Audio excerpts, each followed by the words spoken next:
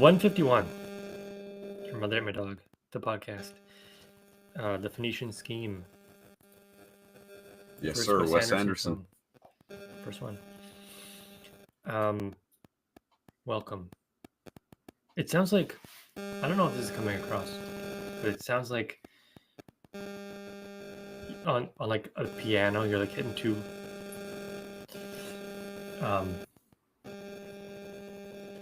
Yeah, another handless episode. How are you? I've been doing quite well. Yes. Good. Fairly uneventful week. I'll get ahead of that before you ask. Nothing new, really. What's going on new with you? Nothing. What does your shirt say?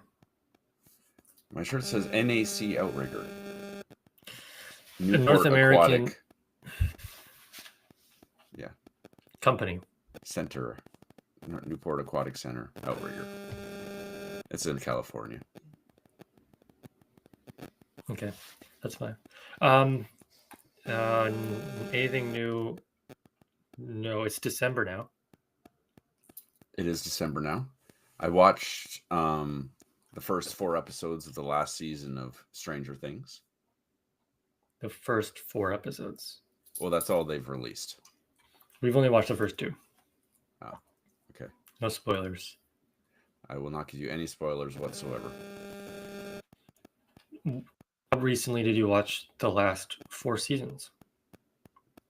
It had been quite a while. But before, there's this guy on YouTube that I like. He's called the Man. recap. The man who of recaps. Recaps. Yeah, that's right. Yeah. I must have mentioned him before. No, I just guessed. Okay.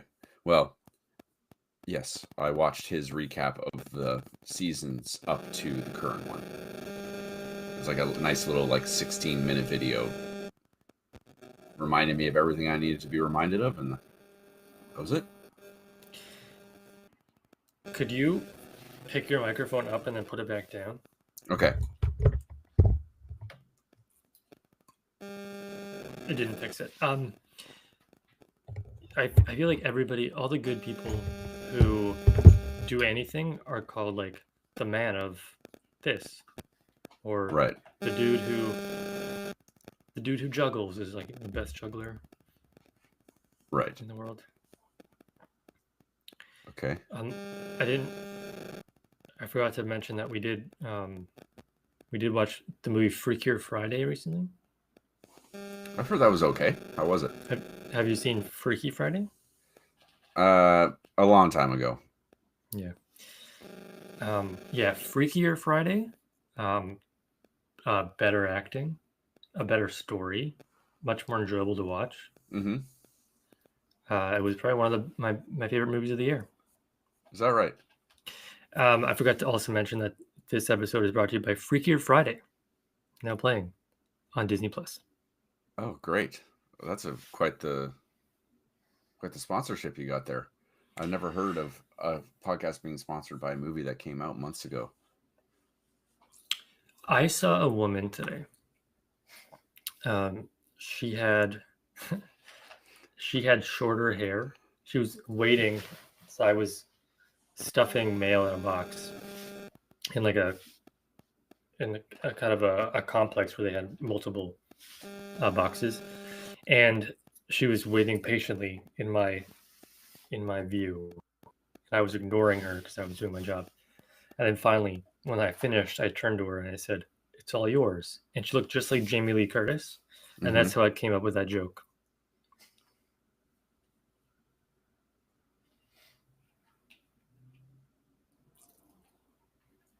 So we're doing the Phoenician Scheme. That's right. Which was on Prime, which was great to watch. I watched it yesterday. You're a big Wes Anderson guy. Yeah, I like Wes Anderson. Yep. I'm gonna pull up his filmography. Okay. And you're gonna tell me, so you've seen most, if not all, of his movies? I've seen all of them. Okay. So I am going to... Actually, that's a lie. I haven't seen that one that's came out on Netflix recently, the Fantastic Mr. Sugar or whatever it's called. The Wonderful Story of Henry Sugar. That's it. I haven't seen that one. He actually won an Oscar for that. Good for him. Okay, I'm going. Oh, he doesn't have that many movies. Okay, so I'm gonna say a movie, and you're gonna say yay or nay for if you liked it or not. Okay. Do you like all of his movies? What I'll do is I'll say yay for the ones I really like and nay for the ones that are good but not I don't love them. How's Okay. that sound? Isle of Dogs. Yay. Okay. The Life Aquatic with Steve Zissou. Nay. French Dispatch. Nay. I liked it. Moonrise Kingdom. Nay. Grand Budapest Hotel. Yay. You know, some people say that he hasn't made a good movie since the Grand Budapest Hotel, but we can talk about that. Darjeeling Limited. Yay. It's in my top 3. Rushmore. Yay. Wow. We'll leave the Phoenician Scheme for later. Okay. That's not all of them, but No. I'm kind of, yeah. You're over that? Over that. I do have 5 questions for you. I'm ready to answer them. It's December the 3rd, which means we have 28 more days, 4 more weeks of this year, and which means we have 28 more questions. Yes, unless you get another one for Christmas this year. Unlikely. I was pretty like, hey, don't buy us presents this year. Right. So, but who knows? You're like, we need money. We're desperate. Swish and flick. That's what I have to say to that. Are you excited for the new Harry Potter TV show that's actually coming out? No. Okay, so this category is multiple meanings. Okay. A tool used on your nails or a fast sailing ship. A tool used on your nails? Yeah, or a fast sailing ship. A clipper. Correct. It's a clipper. So I guess I'll say it out loud too. Did she say clipper as well? No, she was just curious what the answer was. Okay. Feel free to play along if you're listening in the chat. Oh yeah. We should have reached out to Vancouver, Olivia. Yeah. All about authors. Okay. All about authors. Before writing The Pelican Brief, he handled briefs in the men's underwear department at Sears. Who wrote The Pelican Brief? Boy. Who's a famous author who writes a lot of books, a lot of man books? Tom Clancy. Close. John Grisham. John Grisham. She guessed that one. She knew that one. She's the reader. Yeah, but not John Grisham. Wildlife. Okay. Also called a water hog. It's the largest living rodent in the world. Capybara. Capybara, correct. And the last question. Was that 5? Nope, that was 3 so far. This would be the 4th. Okay, well, I lied to you. There's only 4 questions. Colorful entertainment. Mahershala Ali. Moonlight. Spent months learning how to play piano for his role in this film. Not Moonlight. Green Book. The Green Book is correct. Good job. I see a world where that's the last time we do that. So, good job. Okay, well, thank you very much. I thought I did a perfectly cromulent job at answering those. Yeah, 3 for 4, pretty good. Yes. Or 2 for 4, I don't know. Yeah, don't worry about it. I got Capybara. That one was pretty good.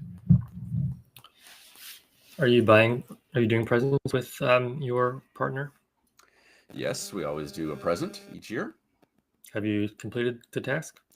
I have not yet done that. No, I had one really fantastic idea, and then I realized that it wasn't a practical idea, so I had to ditch that idea. Mhm. So I have to think of another idea.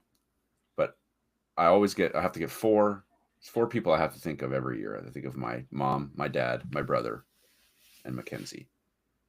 I have purchased one gift for my brother. It's a basketball.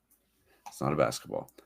I know what I'm going to get my dad. I'm going to purchase it tomorrow online. A soccer ball. No, but soccer ball related. I had no idea what I'm going to get my mom whatsoever. Are you trying to get him tickets to a FIFA soccer event? No. I'm sure they're already on top of that. Good luck. Very expensive. Yeah, they don't care. Well, once in a lifetime. Yeah, and I mean, a couple of years ago, my dad went to Amsterdam with some of his soccer buddies purely just to watch as many soccer games as they could. I think they saw like 5 or 6 live games. YOLO. Yeah, they're a big soccer guy. So yeah, how's your gift purchasing going? Good. I had to buy. Well, I didn't have to buy. We're buying 25 gifts for each other, and then I have to buy a white elephant present, which has been completed. And I have bought 25 gifts completed, so we're done. 25, so like an advent calendar. Yeah. So what have you opened so far this year?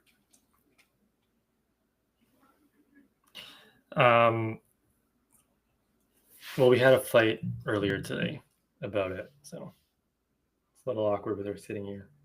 Oh, okay. Well, then we don't need to bring it up. Okay, I'll tell you.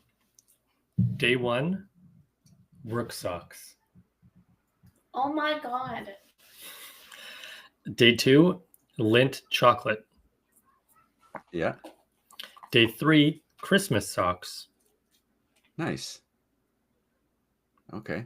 Day 4, Coal. Coal for day 4. Well, that's fine. There's some sort of, the type of sock is obviously up for debate. Is that what's going on here? No. Okay, we don't need to get into it. What kind of tea are you drinking? Lemon echinacea. Boosting my immune system. That's great. How many different teas do you have? Well, I just bought this one. So, like, we ran out of peppermint. And then I've been drinking, like cinnamon, apple cinnamon or something. But then I had to buy a new one because it's cold out. So, bought a lemon. I had tea this evening. Earl Grey. Nice. A little milk and a little sugar. That's right. I would say probably a decent amount of cream and a decent amount of sugar. Just for sometimes, you get late at night and you're like, I could go. It's after dinner. Like I could go for a little sweet treat, like a little dessert. So just make your tea a little bit sweeter than what the most people would do. And, that's it. We're getting a little older, right? So we like a good cup of tea after dinner. That's right. Back to the presents, though. Do you have a monetary limit for Mackenzie? We usually try to hover around $100. So nothing too extravagant, but not like a small thing. $100. And you don't buy anything for your cats? No.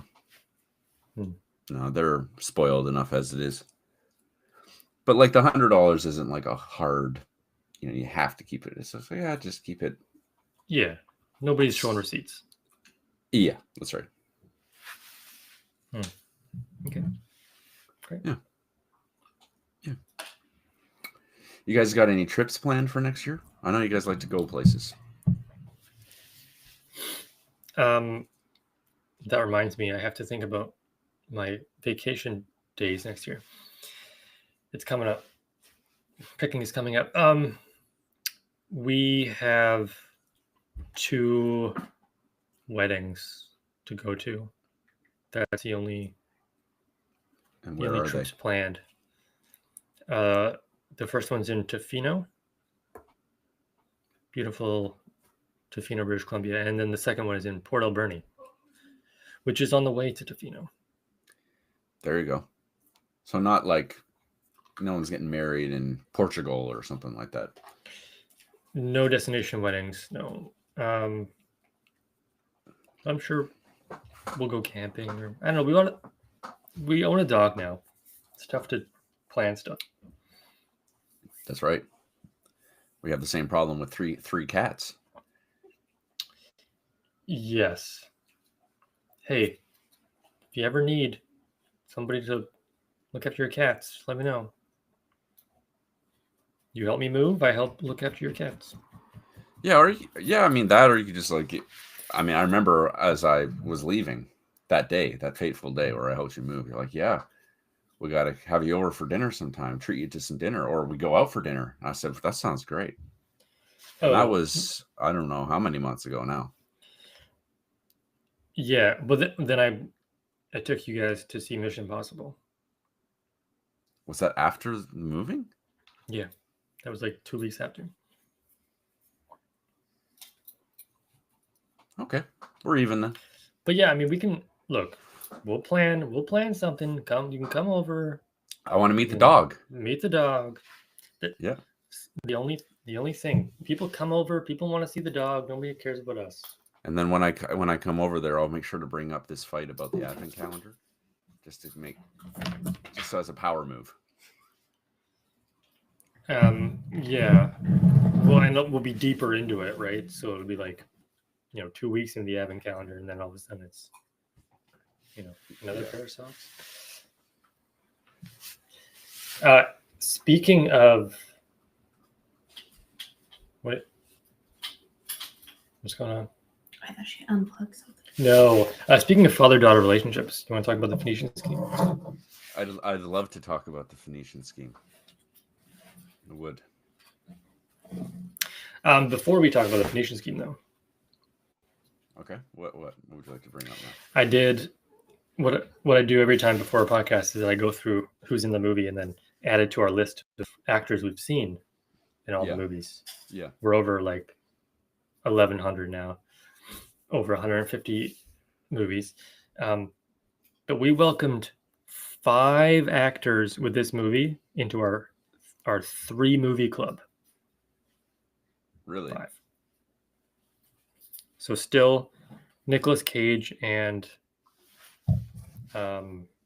Billy Bob Thornton are number 1 at 4.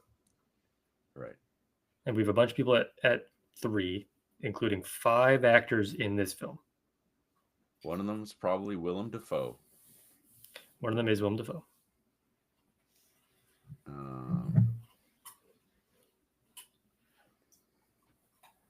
Michael Cera? No, he's only been in. This is his second film. F. Murray He was in Barbie. Abraham. No, this is his first film.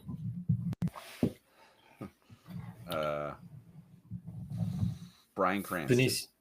No, this is his first film. Oh, I got Benicio del Toro. I got another 3. Tom Hanks. Tom Hanks is one. Yep. He was in The Lady Killers, and he was also in.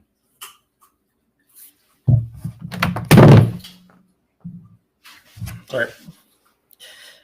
He was in The Lady Killers, and he was also in something else. The Burbs. The Burbs. That's right. The Burbs. I'll give you the hard one. The Pilot. This is his 3rd film. That's all right. What else was he in? Stephen Park is his name. Yeah. He was in Do the Right Thing and Falling Down. Wow. Do you remember anything about Falling Down? I don't. I remember a good amount of Falling Down. He goes into the fast food restaurant and he wants the breakfast items, but it's 2 minutes past breakfast. And then he takes out his Uzi and starts shooting. Oh, that. I want my breakfast. Yeah. Michael Douglas, Falling Down. That's right. Yep. Another one, Bill Murray. See, I was going to say Bill Murray, but then I was trying to think, what other Bill Murray movies have we seen? Charlie's Angels. Okay. Yeah, he's in that. He's in Tootsie. He's in Tootsie? I don't remember that. It's a brief. I think he was in Very long. Okay. That's great. What? One more. So one more. Famous Scarlett Johansson. Scarlett Johansson here. Her third film, The Man Who Wasn't There, and Prestige. Prestige. Well, that's what you get with Wes Anderson movies. You get a lot of famous people. And that could be a problem with this film. But Perhaps. how did you like the film? I think what you were saying earlier, that the Grand Budapest Hotel was his last good one. Mm. I mean, I would say it was his last great one. That's what I meant. Yeah. I mean, I think Darjeeling came out after Grand Budapest, I think. No. Okay. Yeah. Then I think I would tend to agree with that sort of trajectory. This one was good, but it wasn't great like some of his other ones. It's just good. I think Wes Anderson has he has a bar, an expectation, a high expectation. Mm-hmm. And so when he doesn't meet that or exceed that, people get disappointed. Mm-hmm. But that's not to say that like The French Dispatch or Asteroid City or this film they weren't good films.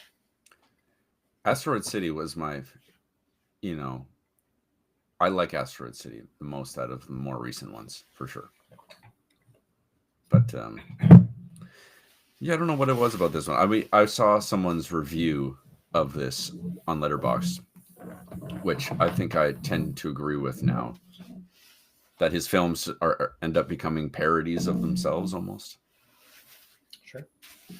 Because you get so used to, his movies are very distinct, very Wes Anderson, and then now everything seems extremely Wes Anderson. I don't know if that makes sense, but Megan walked into the room and she was like, "Isn't this a movie from what's his face?" And I'm like, "Yeah, it's a Wes Anderson film." yeah, It just has a look. People, casual viewers, they just know it's a Wes Anderson film.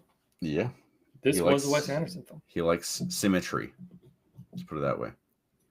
And he likes people having weird conversations that are very, very precise. Yes. Don't worry about that. But what I did like, because I mean, I don't think he's been in any other Wes Anderson film, which is Michael Cera. Mm-hmm. His first one. Yeah, I thought he fit the Michael Cera vibe very well. I think he was made to be in a Wes Anderson. Did I say Michael Cera vibe? Wes Anderson vibe. He seems to be made to be in a Wes Anderson movie. I think he was my favorite part.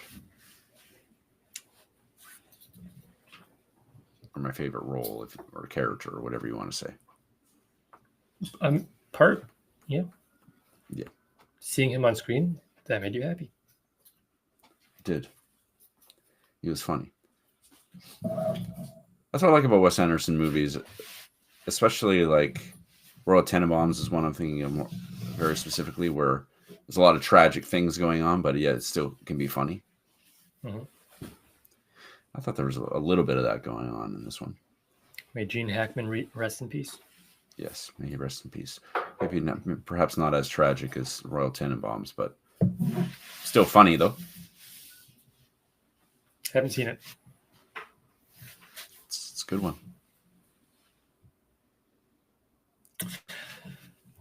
Okay, yeah, good. The plot was a little. Did it feel like there was a lot going on? No.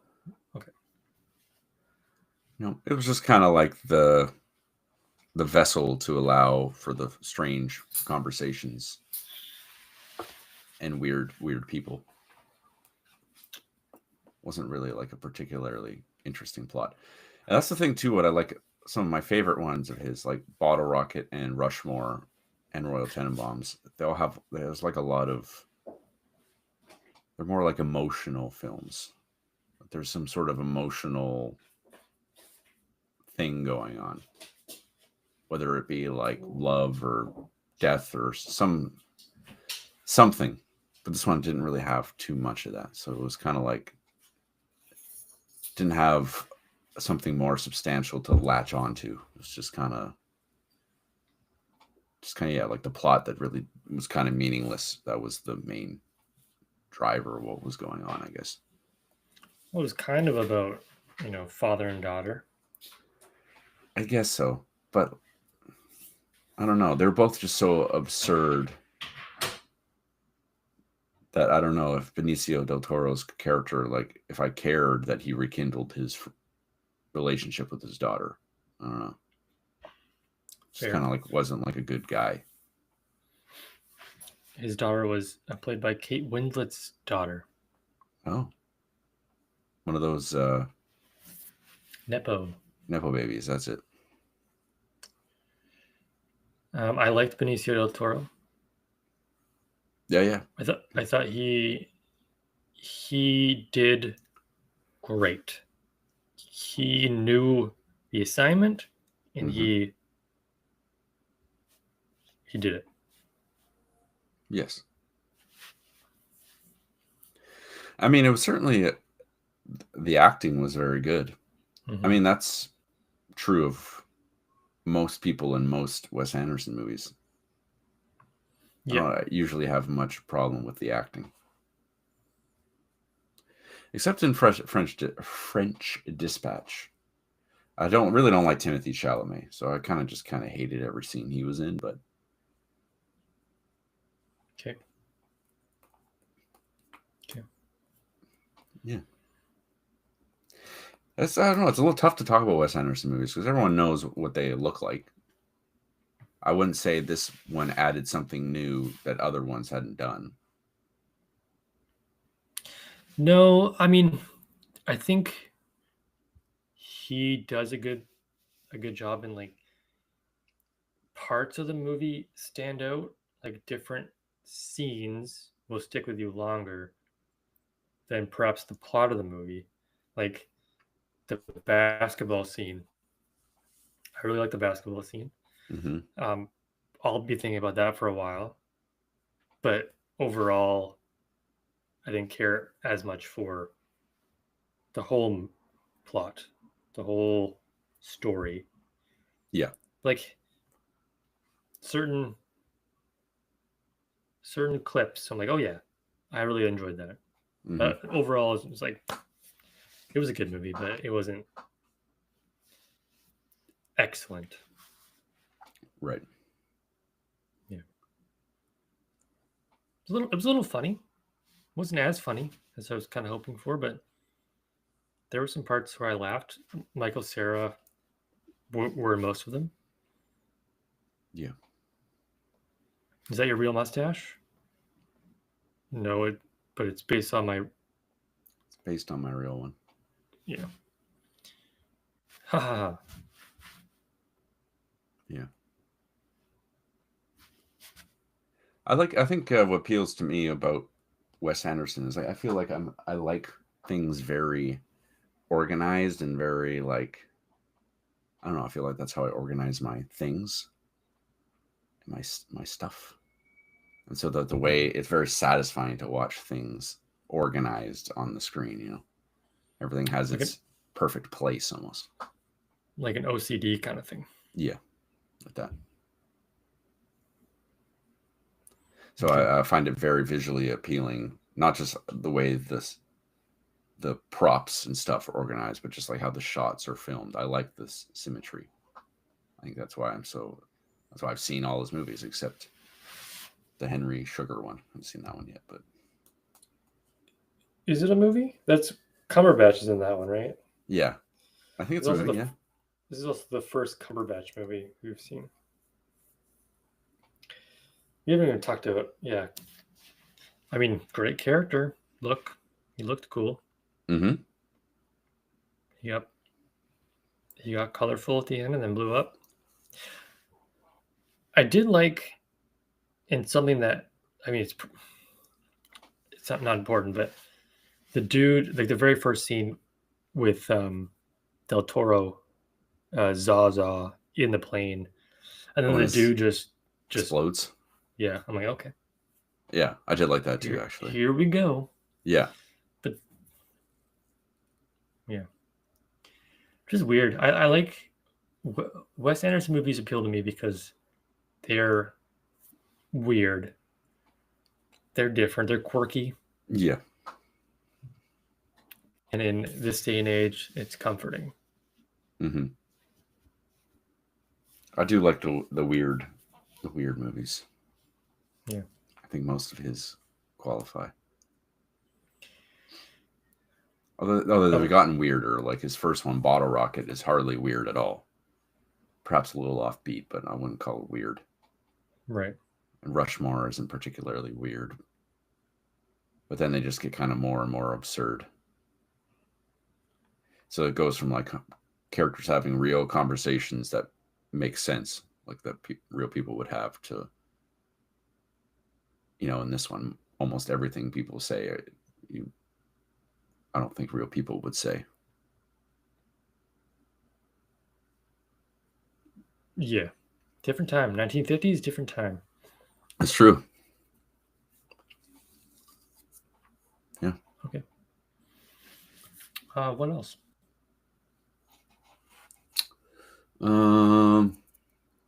If you like Wes Anderson movies, you'll like this movie. I can't imagine this is somebody's favorite movie, though.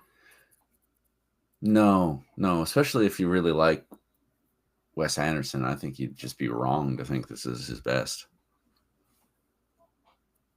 Unless you really like Benicio del Toro or something. I mean, he's pretty good. Yeah. He's pretty good. Or Michael Cera, maybe. Yeah. Some Arrested Development fans who haven't seen Juno. I mean, I guess I could see this being somebody's favorite movie, maybe. But, like, unlikely. But I would say possible. Yeah. Yeah. Wow. Well, I apologize for picking this movie. I did. It was an easy watch. Yeah. Well, I've been meaning to watch it, so Yeah, that's it's not great. great for the podcast. Not great for the podcast. Mainly just be like, hey, Jesse, Wes Anderson film. You like Wes Anderson films? Yeah. Zaza. Yeah. But that's sort of that's my thing as of late, is watch movies I've been meaning to watch. Like this movie I have here, physical copy. It's not one of the Criterion movies that I mentioned previous. Because some of those are really long. Like one I was going to pick was like 2 hours and like 35 minutes or something. I was like, I don't really want to do that for the podcast. Do that in my own time. But this is a movie I've owned for probably over 10 years. I've heard really good things. Just have yet to watch it. Over 10 years. And it wasn't brand new when you bought it. No. It's in a Blockbuster case. It's in a Blockbuster case. It stars a man who knows Kung Fu. No. You're right with it stars a man, though. Oh, 50% chance. Yeah. And normally, you like a Jackie Chan or you like a Jim Cotta or whatever, so. Yeah. Okay. The front has 9 names. 2 of them are men and 7 of them are women. Some sort of brothel film.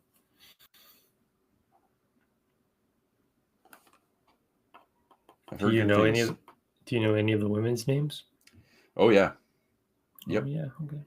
Yep. 1, 2, 3. I mean, 3 I recognize for sure. Is one of them Goldie Hawn? Nope. One of them is in a movie we watched called Being John Malkovich. Anyway, we'll get to that after Gene Malkovich. After our scores, I'll reveal to you the film I'm picking. I can't remember a single other character in that film. That's fair. Oh, John Cusack was in that film. John Cusack is in that film. Wow, big yawn. Okay. Let's get to scores Okay, let's do that. real quickly here. I'll do acting first. Okay. I mean, I guess it's kind of hard to do an acting score for Wes Anderson film because they're all kind of over the top and they're, dare I say, doing characters. Mm-hmm. I guess that's smart because, and I did just realize that the annoying sound your microphone is making has been gone now for a while. Perfect. So that's nice. But like they can go so over the top that that's what they're supposed to do, or they can like be well. I don't know where I'm trying to go with this, but like I could do any character, but I'm in a Wes Anderson film, so it's good. You know, Uh-huh. no matter what I do, it's considered good. I'm doing this on purpose. I'm gonna give acting a 9 out of 10. I thought Del Toro was much better than I could have envisioned. Michael Cera, even Liesel was not boring. Yep. 9 out of 10. I'm feeling generous today. That is very generous of you. Oh, nice. Thanks. I'm going to give the acting an 8 out of 10. I did like it very much. Del Toro was good. Michael Cera was good. I mean, they were all good. All great. Yeah. Tom Hanks. Yeah, Tom Hanks was in it. I mean, I can't say I love Bryan Cranston. You know, Tom Hanks said, a couple lines, right? So, yeah, I would say with this one, in terms of acting, there was a couple performances I would say were special, like Michael Cera's and Benicio del Toro's. So like those were probably the two that I would say. Whereas when I think of some other of Wes Anderson movies, like almost all the actors did like a special performance where it's all really, really good, like Darjeeling Limited and Rushmore and Asteroid City as well. But this one was just kind of like two really good ones and then some really solid ones. So I think that's where I am with that. 8 out of 10. How do you like the ending? Yeah, the ending was fine. I don't know. It's kind of like a non-ending almost. I mean, I guess there is I don't know if I was really in it for this one for the ending. It's just kind of like seeing all the cool shots and the quirky conversations and stuff. I wasn't really like, man, I'm really curious where this plot's going. Yeah, but movies have endings. They did. It had endings. So, I mean, it was a fine ending. Sure. 6 out of 10. I don't know. You don't have the scores planned? No, not at all. I was disappointed by the ending. If I'm going to be frank with you. Please do. The big battle at the end between Cumberbatch and Del Toro.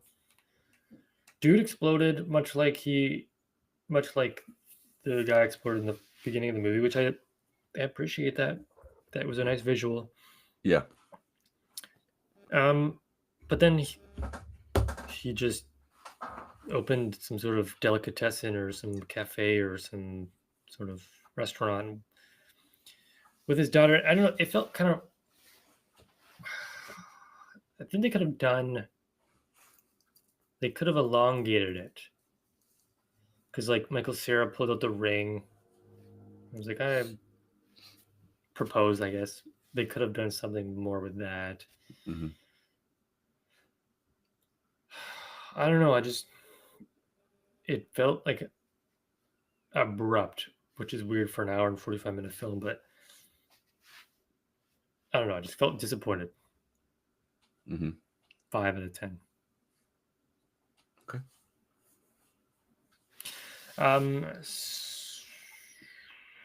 If you could give this movie a score to 10 overall, try not to think about other Wes Anderson films, just standing on its own. Well, What would you give it? I was just about to mention a bunch of other Wes Anderson movies as I gave the final score. You But can as do a- whatever you want. As a standalone movie and in comparison to other Wes Anderson movies, I'd give this movie a 7 out of 10. It's better than... It's not my least favorite Wes Anderson movie. My least favorite is probably A Life Aquatic or French Dispatch. And then Moonrise Kingdom, I'm not crazy about that one either. And then now we're probably talking about this one after that, if I were to guess. Well, I wouldn't have to guess if I were to say. But a perfectly good movie. 7 out of 10. Okay. Yeah, visually great film to look at. Love the sets, love the acting. Quirky. I love the star power. It's always fun. Perhaps too many stars. Perhaps that's just what Wes Anderson does now. Just throws his people in there and they just do whatever. It kind of takes away from the story. Some people are saying, but it was a fun film, fun silly little film. I'm gonna give it a 7.5. I like to imagine when I'm watching the people act in Wes Anderson movies, it's like, I bet you actors really love doing Wes Anderson movies. It's probably like really fun. Yeah, I'm sure. And you like fully know what to expect. How you're supposed to play it, I suppose. I don't know. I bet you actors like it. Yeah, Mr. Anderson wanted to do a movie exploring father-daughter relationship. Did it succeed? Kind of. I mean, it was not the strongest plot point, I would say. Mm-hmm. But he did recently have a daughter. Ah. So he did it. Okay. The Phoenician Scheme, our first and probably last Wes Anderson film we will do on the podcast. Possibly. What do you got? What do you got for us? Well, next week. I told you Wonderland. I told you one of the actresses is in Being John Malkovich, and then I've also learned that the writer and director of this film also wrote Being John Malkovich. They wrote Adaptation, Being John Malkovich, Eternal Sunshine of the Spotless Mind. That's Charlie Kaufman. The film that we're watching. Oh, wait. The film that we're watching is a Charlie Kaufman film. Yes. It's not. Is Adaptation the one where Nicolas Cage plays both characters? Yeah. Okay, never mind. Keep going. It has Philip Seymour Hoffman in it. I know who that is. I know who Catherine Keener is. I know who Michelle Williams is, and I know who Jason Lee is. Is this like Synecdoche? Yeah. Synecdoche, New York. Yeah. I think this film, many years ago, of the podcast was on my list of films. I remember you mentioning that. Here you go, and there's the little blockbuster. Oh yeah. Okay. Thing in there. Synecdoche. Well, that's gonna be a tough one. Synecdoche. Real place. New York. Yep. Something like he's like running a play or something. Yes. I'll read the back for you. How's that sound? Okay. Oscar-winning writer Charlie Kaufman's directorial debut, Synecdoche, New York, one of the best films of the year, follows the life of 2009, excuse me. Follows the life of theater director Caden Cotard as he struggles with romantic relationships, as well as the problems of aging and a mysteriously degenerative medical condition. He develops all this into a monumental theater piece building a full-scale replica of New York City inside an impossibly large warehouse and populating it with thousands of actors.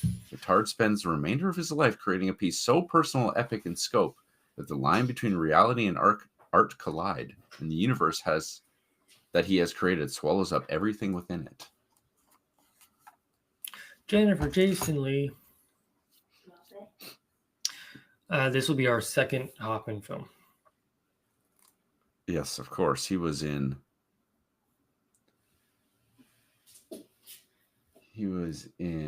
Patch Adams and Mission Impossible 3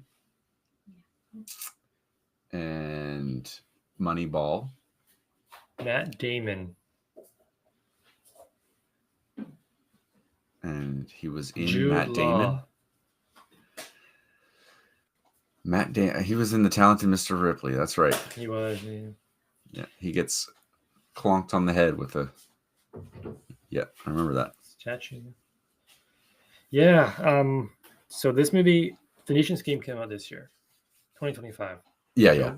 Nobody has died, as far as I know, Right. in the film. Were any of them But- Canadian?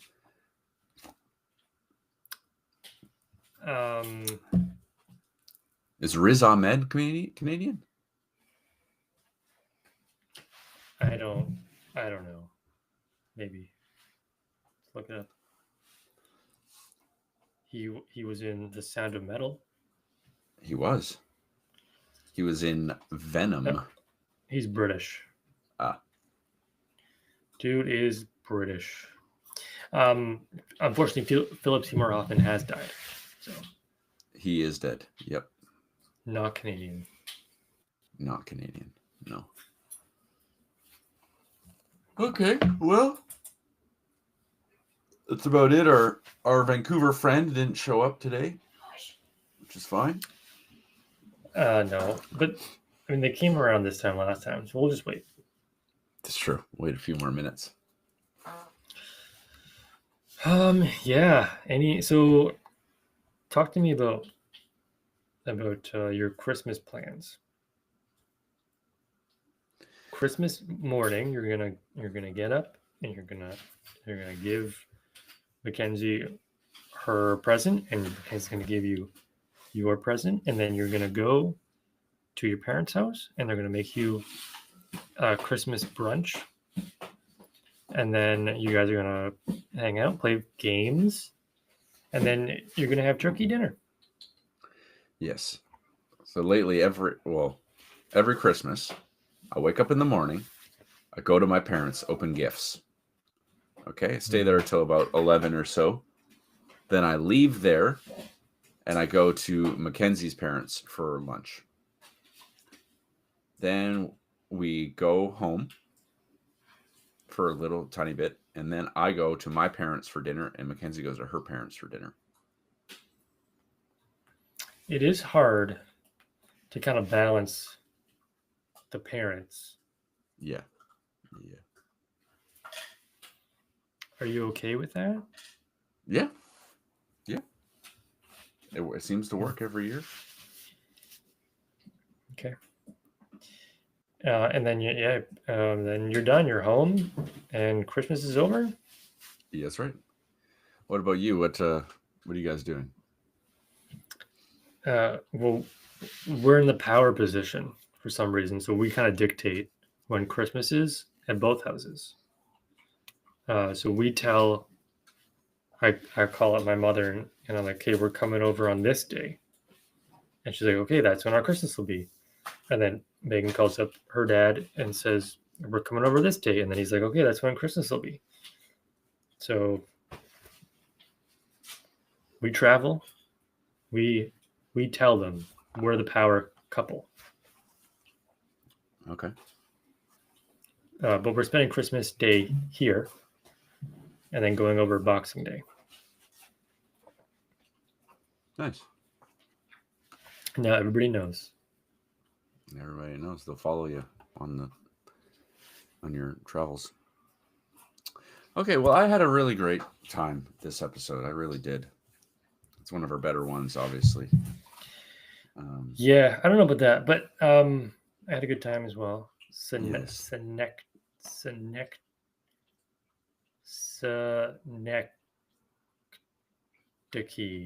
Yes. Synecdoche. Synecdoche, New York. Synecdoche. How am I gonna watch this? You may It's have to bound. mail me. No, it's your bound to be on copy of something. I don't believe it is. Oh, it's gonna be on something. All right. Yeah, no, we had a good time. Good episode. Thanks so much. 100%. We're so locked in that no matter what we do, we get to 50 minutes. Yeah, we know And what's then up.